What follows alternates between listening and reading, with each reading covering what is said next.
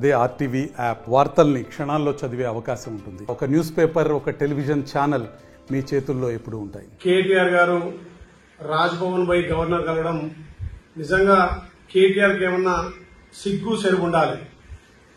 గత 10 సంవత్సరాలుగా అధికారం ఉన్నప్పుడు గవర్నర్ వ్యవస్థనే కించపరిచి కనీసం గవర్నర్కు గౌరవ మర్యాద అయినటువంటి కేసీఆర్ పాలనలో మరి కేటీఆర్ అప్పుడు కళ్ళు మూసుకొని చెవులు మూసుకొని కూర్చుండా ఇవాళ ఏ ముఖం పెట్టుకొని సిగ్గు లేకుండా గవర్నర్ తను పోయి రాజ్యాంగాన్ని పరిరక్షించమని అడుగుట్లో అంతర్యమేముంది?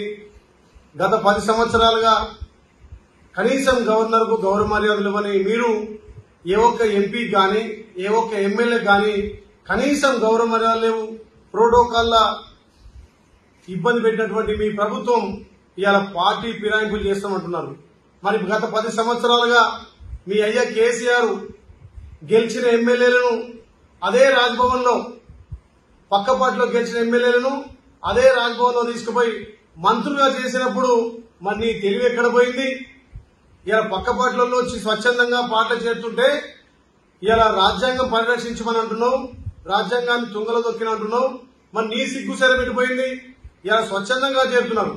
ఆ రోజు మా కాంగ్రెస్ పార్టీలో చేరినటువంటి పక్కపాటిలో గెలిచినటువంటి ఎమ్మెల్యేలను తీసుకుపోయి మీ అయ్యా మంత్రిగా చేసినప్పుడు నీ తెలివి ఎక్కడ పోయింది? కనీసం మీ 10 ఏళ్ల పాలనలో ఏనాడైనా మీరు గవర్నర్ను గౌరవించిరా? రాజ్యాంగాన్ని కించపరిచింది మీ అయ్య కేసీఆర్. ఇలా హైదరాబాద్ ను మీరు డ్యామేజ్ చేసిరు. హైదరాబాద్ లో ఈ గెలిచిన 7 నెలల్లో లా అండ్ ఆర్డర్ గాని అన్ని విధాలు కూడా ఎంతో చక్కగా ప్రజలు నిమ్మలంగా ఉంటే హైదరాబాద్ ప్రజలు మళ్ళొక్కసారి అలజడి సృష్టించాలని చెప్పి కేటీఆర్ మాటలు ఏ రకంగా ఉన్నాయో తెలంగాణ ప్రజలు గమనిస్తున్నారు. గతంలో మీరు చేర్చుకుంటూ ఎమ్మెల్యే చేస్తేనేమో రాజ్యాంగ పరిరక్షణ, ఇవాళ మనం స్వచ్ఛందంగా వచ్చి చేస్తేనేమో ధిక్కారమా? ఇదే నా కేటీఆర్ నైతిక విలువలు ఉన్నటువంటి రాజకీయాలు. గతంలో ఏనాడు మాట్లాడిన నువ్వు ఇలా రాజ్యాంగ పరిరక్షణ గురించి మాట్లాడుతున్నావు. ఆ రోజు డాక్టర్ బిఆర్ అంబేద్కర్ రాసినటువంటి రాజ్యాంగం కాదు, కల్వకుంట్ల రాజ్యాంగాన్ని నడిపింది కేసీఆర్, కేటీఆర్, హరీష్ రావు.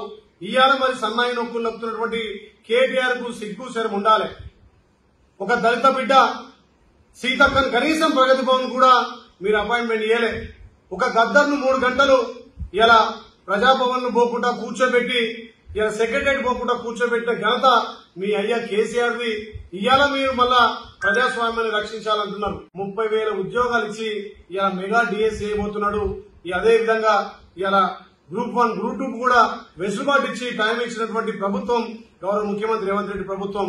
ఇలా దొంగ మాటలు మాట్లాడి ప్రభుత్వం అధికారం పోయిన తర్వాత ఏ రకంగా సొంపు లేకుండా ఇలా ఇంకా మేము అధికారం ఉన్నట్టుగా ఏ ముఖం పెట్టుకుని రాజ్భవన్ వైపు మాట్లాడుతున్నాం. కేటీఆర్ తెలంగాణ ప్రజలు మిమ్మల్ని చీకొట్టి అసెంబ్లీలో ఇటు పార్లమెంట్ లో డిపాజిట్ రాకుండా ఓడగొట్టిన సిగ్గు శరం లేకుండా ఇలా రాజ్భవన్ పై గవర్నర్ కలుసును.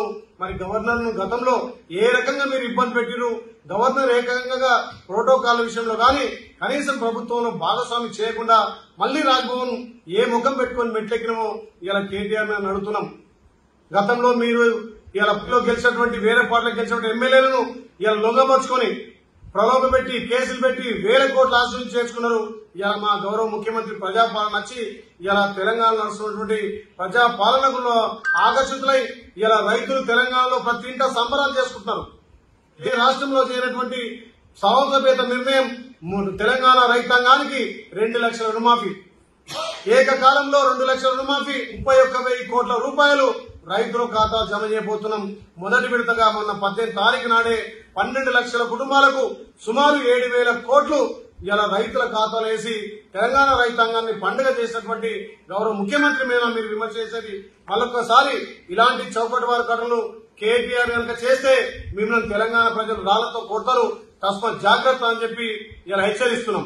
మరిన్ని వీడియోస్ కోసం ఛానల్ ని సబ్స్క్రైబ్ చేయండి. లేటెస్ట్ అప్డేట్స్ కోసం వాట్సాప్ ఛానల్ ని ఫాలో చేయండి. అండ్ లింక్ డిస్క్రిప్షన్ లో ఉంది.